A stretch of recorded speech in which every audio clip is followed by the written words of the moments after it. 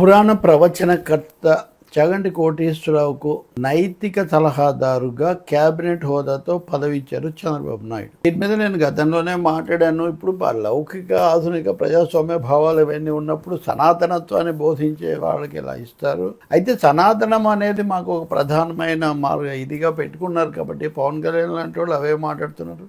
చంద్రబాబు కూడా బీజేపీతో ఎన్డీఏలో చేరిన తర్వాత తప్పనిసరిగా అక్కడ మారిపోయింది. కాబట్టి ఆ కోణంలో చాగంటి కోటేశ్వరరావుకి ఇచ్చారు అనేది ఒకటి. గతంలో కూడా కానీ అది సరికాదు. ఆధునికతను, ప్రజాస్వామిక దృక్పథాన్ని, లౌకిక తత్వాన్ని చెప్పవలసిన దేశంలో దశలో మత సామరస్యం మరింత అవసరమైన ఈ దశలో గతంలో ఉన్నటువంటి సనాతనమైన కాలం చెల్లిన పాఠాలు అవే చెప్పడుతూ అదే నైతిక విలువలు అనుకోవటం ఎలా కుదురుతుంది? మనం రాజ్యాంగ నీతిని లేకపోతే ప్రజాస్వామిక పద్ధతులను, నాగరికతను పాటిస్తాం కానీ ఇప్పుడు సనాతన ధర్మాల ప్రకారం నడవదు కదా. మహాభారతంలో కీలక పాత్రల గురించే ఈ సందేహాలు వస్తాయి. కాబట్టి వాటినే ప్రవచనాలుగా చెప్పేవాళ్ళు ఎలా ఈ కాలానికి సరిపడతారు అన్నది ఒక పెద్ద ప్రశ్న. కానీ చాగంటి కోటేశ్వరరావుకు గురజాడ అవార్డు ఇచ్చినప్పుడే మేము గట్టిగా వ్యతిరేకించాం. ఎట్లా ఇస్తారు? గురజాడ వెనక చూసిన కార్యమేమో మంచి గతమున కొంచెమేనో అని చెప్పాడు.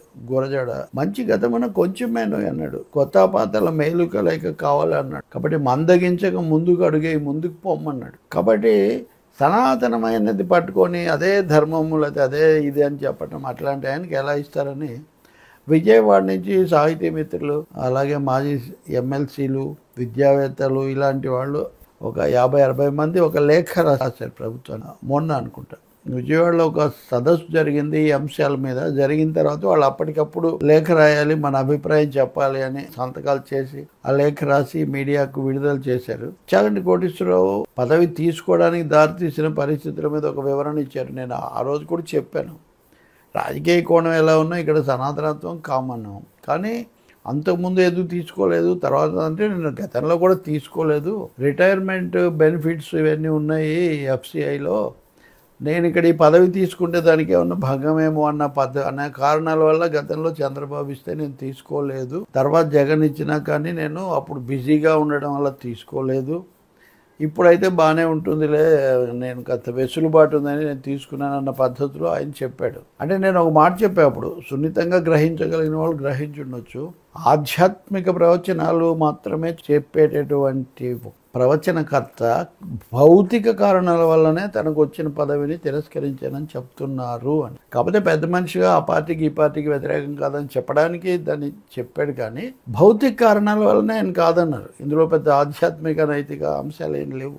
తప్పు కూడా ఏం కాదు, అది వాస్తవికంగా చేసుండొచ్చు. కానీ ఎలా పిల్లలకు అవన్నీ చెప్తే ఎలా కుదురుతుంది? ఇప్పుడు ఉదాహరణకు ఆధునిక పాఠశాలల్లో చదువులు ఇవన్నీ ఎలా ఉండాలన్నది ద్రోణాచార్యుడు అర్జునుడు లేదా ద్రోణాచార్యుడు ఏకలవ్యుడికి చెప్పకపోవడం, ఇట్లాంటి విషయాలన్నీ కదా ప్రాచీనంలో అవన్నీ అక్కడ మనకు దొరికేవి.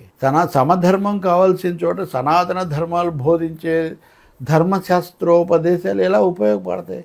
ఒక హైటెక్ సిటీ మాట్లాడితే వర్చువల్ ఆర్టిఫిషియల్ ఇంటెలిజెన్స్ అని మనం అనుకుంటూ కొన్ని వందల వేల ఏళ్ల కిందటి విషయాలు చెప్పేవాళ్ళకి ఎలా ఇస్తారు? వాళ్ళు సూటిగానే అడిగారు వాళ్ళందరూ. అందులో ప్రొఫెసర్లు ఉన్నారు, సైంటిస్టులు ఉన్నారు, తెల పేర్లు కూడా నేను తర్వాత ఎప్పుడైనా చదువుతా. కాబట్టి ఇది ఒక ముఖ్యమైన ప్రశ్న. మరి ప్రభుత్వం నుంచి కానీ చాగంటి నుంచి కానీ ఏమైనా సమాధానం వస్తుందా? ఇంతకుముందు మేము అందరం వ్యతిరేకించిన నిరసన ప్రదర్శనలు జరిగినా ఆయన గురజాడ అవార్డు తీసుకున్నారు. ఇప్పుడు ఇది కూడా తీసుకోవడానికి ఆయన సిద్ధంగా ఉన్నట్టుగా తీసుకున్నట్టు ఆల్మోస్ట్. ఆయన సత్కారం కూడా చేయించుకోవడం రెండు అయిపోయాయి. కానీ దాని మీద స్పందన ఎలా ఉందంటే ఇలా ఉంది.